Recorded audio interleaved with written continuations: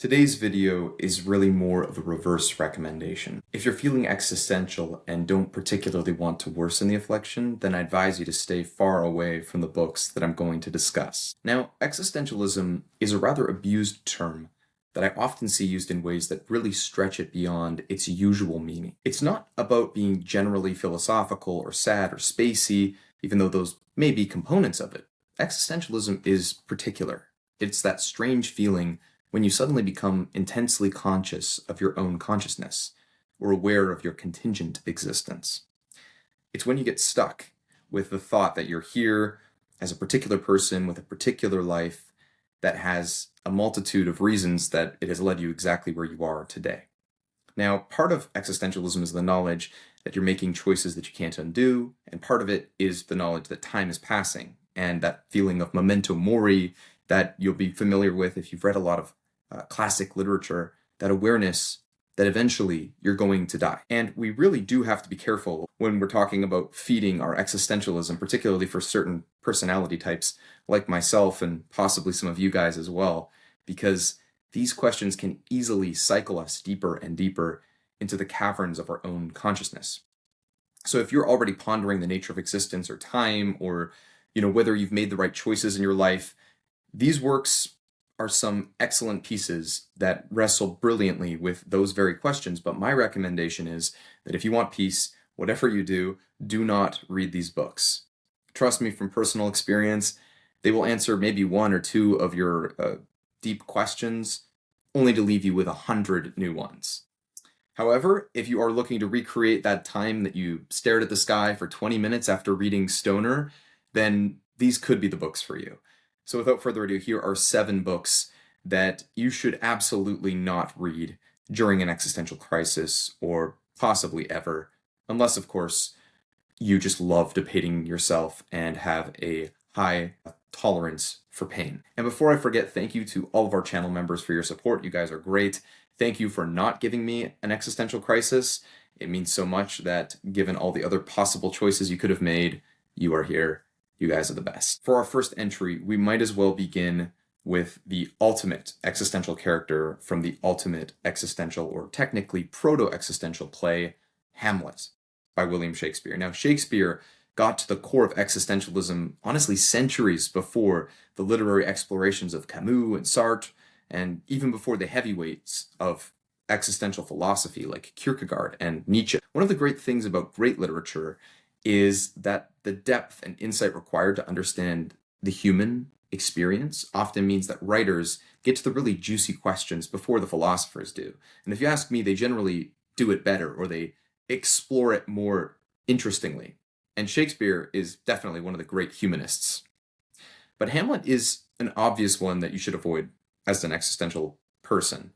Most famously, Shakespeare shows us how an unrooted genius, asking perhaps the existential question, to be or not to be, the question of purpose of life, should existence continue? But that's just the beginning, or just a part of a 4-hour plus play. Hamlet thinks and thinks himself and thinks more into circles and back and up and down and round again before we can even get up off the couch, right? He is a great thinker. The problem is not poor thinking. It's the problem is that Hamlet cannot stop thinking. And he's thinking and thinking and thinking himself through all of these questions that we want to avoid during an existential crisis. So this is definitely not the place to start if you are trying to avoid that. Hamlet is thinking about death. He's thinking about what happens after death. He's thinking about mortality. The most famously is he's holding the skull of Yorick, his late father's old jester. He's philosophizing about death. And this is really one of the great theatrical examples of memento mori that I touched on a little bit earlier, that question and awareness and consciousness of mortality and death. Another big problem for us here is that Hamlet is introducing skepticism into his own thinking, right? He's thinking, but he's thinking about whether he can trust his own perception and whether he can trust his own thinking. He's questioning everyone and everything around him. And one of Shakespeare's favorite things to do is to contrast the is with the seems, and this is something that Hamlet does brilliantly and really in a novel way, in a different way from many of Shakespeare's other plays, but he's always going between what something is and what something appears to be. Hamlet is also constantly struggling with planning and acting, which are huge themes in existentialism. As readers or as writers or as actors on the stage of history, whether in small ways or large, we must wrestle with these ideas.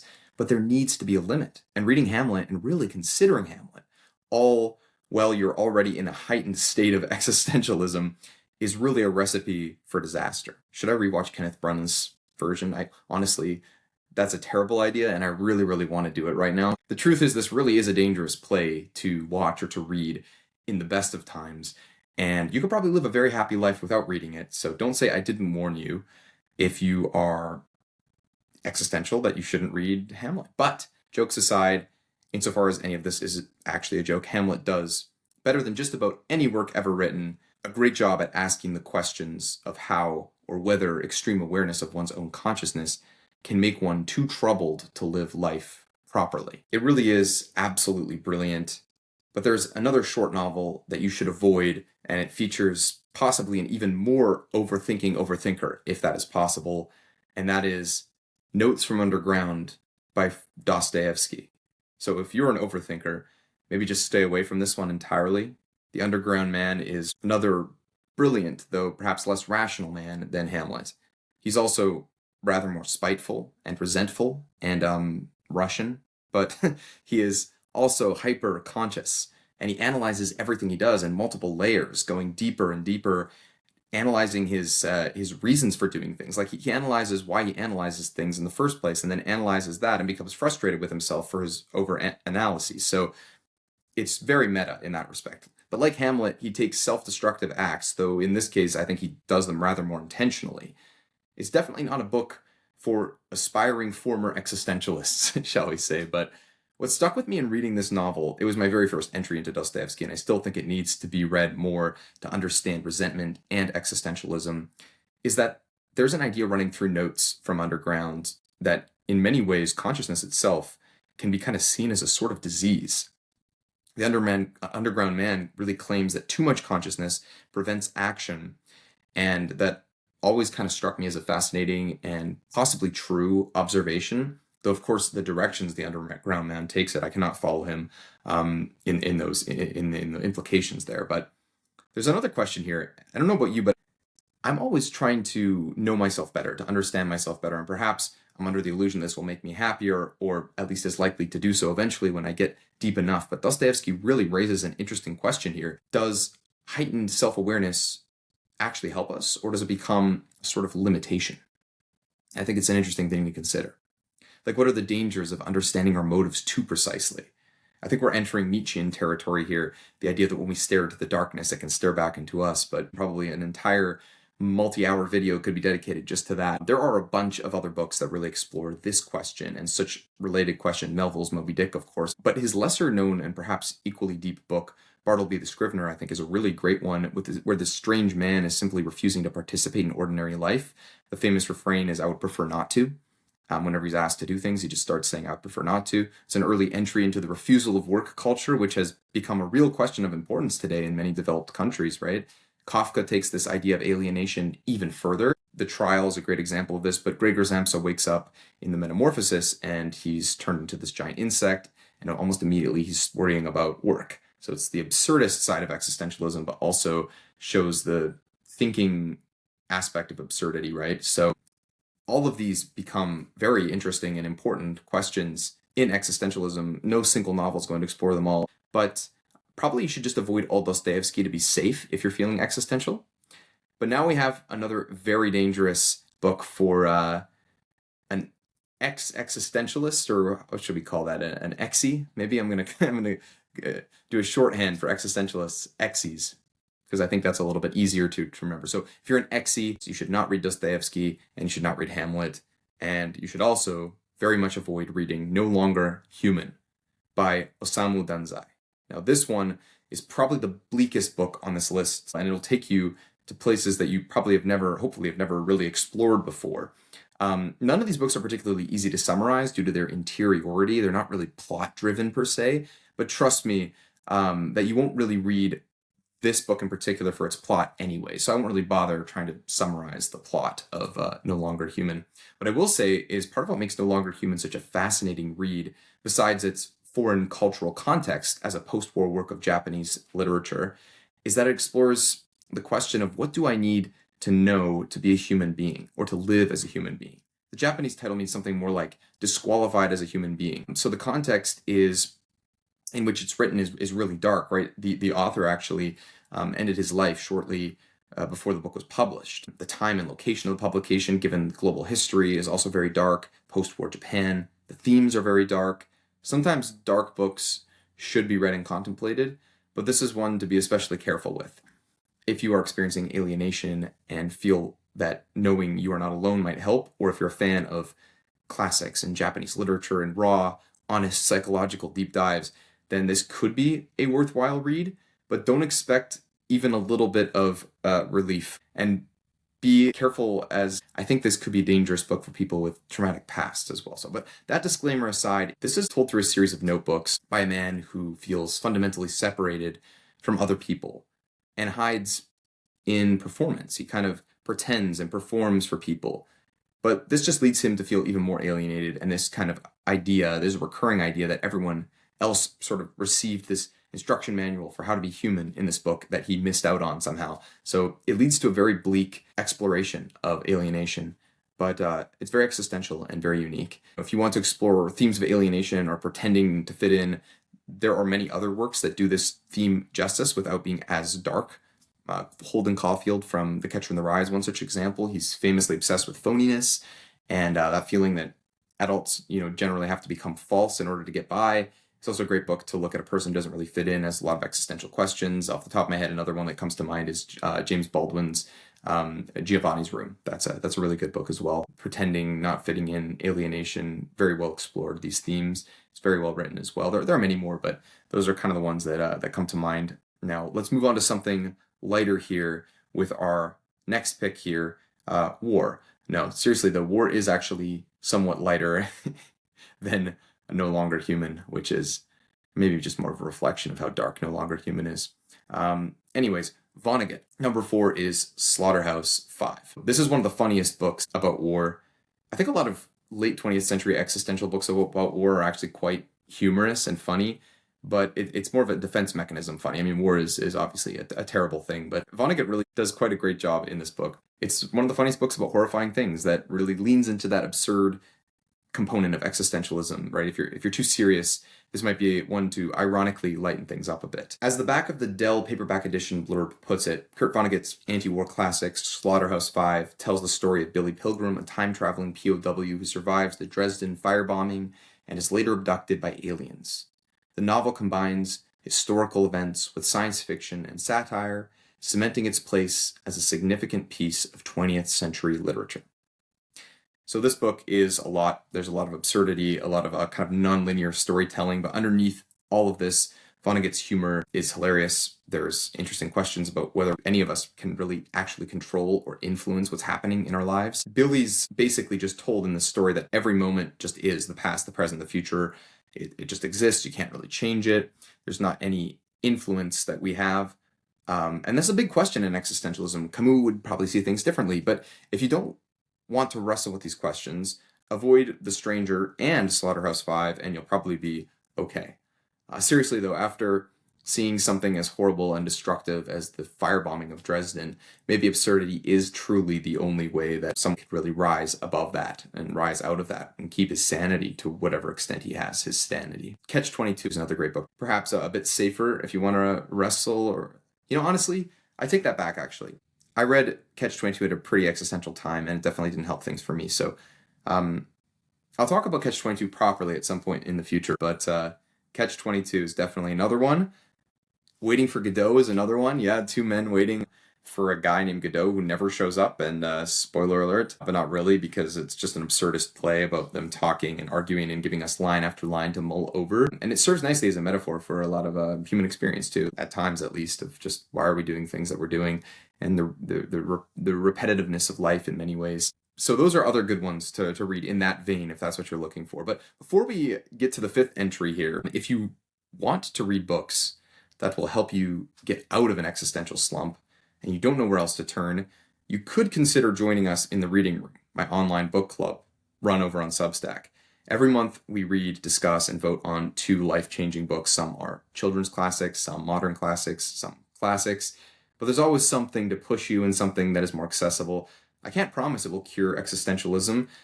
Probably won't, but I won't say that it definitely won't either. So if you've tried everything else and are desperate, this might be worth a shot. Seriously, though, it's a lot of fun, and you can find the link in the description or the bio, and joining is the best way to support the show.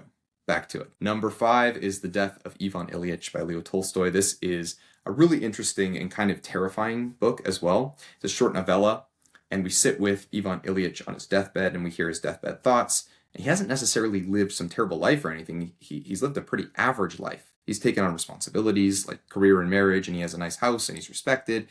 But as he descends into this sickness before death, the things that he cared about begin to look very meaningless. And he starts asking things like, what if I lived my life wrong? What if I did everything in vain? And Tolstoy is really showing us a very ordinary guy, a guy who did the right thing most of the time. So we can't just write him off as some aberration of the human experience. We might be inclined to do this with someone like Hamlet or The Underground Man because they're so unique. But with Ivan Ilyich, in many respects, he's just us. He's not any different. Furthermore, death forces him to ask whether he ever actually chose the life he was living or if he was just following the motions of life. And so it's a really scary thought, I think, especially for an exie. There are many other books that fit into this category. In my introduction, I mentioned Stoner by John Williams. This one also brings up a lot of these questions, and Kazuo Ishiguro returns to this question constantly. Probably Remains of the Day is the clearest example, with Stevens kind of devoting himself to duty and not really considering what he was giving up in his life of devotion. But Never Let Me Go is another great example as well. The idea that we know our time is limited and our loved ones, the things that we love, life, it's going to disappear, but often we behave as though we're invincible. We have moments that we act where we're like immortal. And if we look at a more contracted life, we can kind of explore that meaning in a more honest way, perhaps. I guess that would be the best way to put it. But those are some other great ones to put us in that mindset. And book 6 here is The Bell Jar by Sylvia Plath. Now, one of the existential problems we haven't really talked too much about yet is the contingency element, or the multiplicity of possibilities that are available to us. I'm reading through this one right now, and this is the book that really prompted this video concept for me more than anything else. But reading Plath's only published novel was definitely a long overdue thing, so I made my decision and I didn't despair at these 397 other books that I might have been reading instead. Bell Jar is on the other end of existentialism from Slaughterhouse-Five. Having no choice is an existential idea, but really the true contingency of the future based on all the choices and actions and inactions that we make or take or don't take is very much within the wheelhouse of existentialism, and a terrifying thing to ponder. And there's this famous image in The Bell Jar with Esther, the protagonist. Essentially, she's imagining her possible lives like figs growing on a tree. She thinks about things like marriage, with whom, career, alternative career, writing, what one writes, family, close distance, hundreds of versions of life. And in the case of Esther, she wants to live all of them, but she knows the second that she chooses one, the other ones disappear. And this is a big question in existentialism. Peter Pan is another work that really understands this and explores this theme well. It's one of my personal favorites. But I think that the delimiting of possibility that follows choice is really a core theme of growing up, not just as a teenager or a young adult, but at every stage of our lives. And it's really an existential question. So if you are existential and you don't want to go deeper, definitely don't ask these questions and don't read these books, right? Every door that opens closes many other ones simultaneously, right? And you can't experience all the possible versions of yourself, all the possible versions of the world, of your life. But reading The Bell Jar will really force you to confront the contingency of the future on your choices today, and the contingency of your life today on the choices of your past. So, time goes on. Doing nothing or going with the flow, it doesn't really help obviate you or get you out of this, because those are also choices. So there's no getting around this one, and you shouldn't read it if you're an exie or an existentialist. And now for our final book. The final book on my list of 7 existential books that you should avoid is Siddhartha by Hermann Hesse. Now, this one's a little different, because this one is very existential, but it may really need to be an exception to my general warning against reading existential books if you're feeling existential.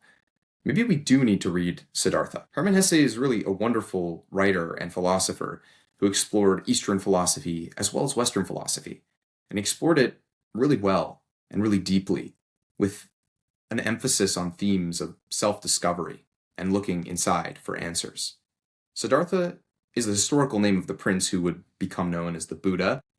But really at its core, Siddhartha is about exploring the question of how one should live, given all of the existential questions that we may be faced with. In the narrative, Siddhartha is looking for answers. He keeps trying one version of life, another version of life, lots of different philosophical traditions, poverty, riches, different teachers. But every time he thinks he's found the answer, he realizes that he can't just simply take someone else's answer. He has to look within. He has to find his own answers. And I find this a wonderful insight, as there are certainly things we could learn through books and things that we could learn from great teachers, but some things have to be learned through personal experience. And perhaps the things that really matter are most likely to be these very things that we have to learn on our own. The truth is that I wanted to end with kind of a reminder here, not to be overly didactic, but not all existentialist literature is bleak or neurotic or nihilistic. And even those that appear to be, you might not need to avoid them in all cases. But sometimes existentialism means using a heightened awareness of one's own consciousness to ask what really matters and what really makes life meaningful. Look, right, we have all of these questions as humans, probably since the beginning of the asking of questions, certainly long before the word existentialism was formulated. But many great existential works help us to live more meaningfully. They ask us tough questions that we have to wrestle with. Don't get me wrong, it's not easy, it's not simple, it's not something that I would tell you should just plunge into without preparation. In Ecclesiastes, as an example, we explore what do we gain actually from all of our work, all of our toil and striving. You know, the idea of generations come and go and earth abides. That can feel heavy and weighty. These are real themes to explore. Or take the Odyssey as a surprisingly existential work as well. Odysseus encounters adventure and glory and danger and beautiful places as well, and the possibility of immortality and infinitude, but he wants to go home. He wants finitude. Now, Siddhartha and many of the books we've explored today really teach us that we must live particularly. This is one of the things I started with, right? Particular people, particular places, a particular finite life. So maybe don't avoid Siddhartha. Maybe start there. If you're feeling existential, definitely be careful with works like Hamlet, or The Death of Ivan Ilyich, or The Underground Man. You should definitely avoid The Underground Man from Notes from Underground. Stay away from Dostoevsky and Kafka, and probably avoid Ishiguro altogether. But maybe the reason you shouldn't read these books is also the reason that you should read them. What I mean by that is they won't give you one answer to the problem of existence or questions of existence. They won't simplify things, but they will give you different ways of looking at things, different ways of addressing the deep existential questions of consciousness and existence. Am I really living? Who am I? At the end of my life, when everything is stripped away, why am I here? What should I do with my life, given what I understand about myself? So there you have it. 7 books that you should avoid if you're feeling existential. Or maybe you should read them. I'll leave that one up to you guys. So what do you guys think? What's your favorite existential work of literature? My list definitely skewed a little bit short today, which is good because some of them skew a bit long. But what are your favorite long existential works? Thank you for watching to the very end. Please leave a comment and feel free to subscribe if you got any value out of this video, and come back for more in the future. Happy reading, take care, and don't overthink too much.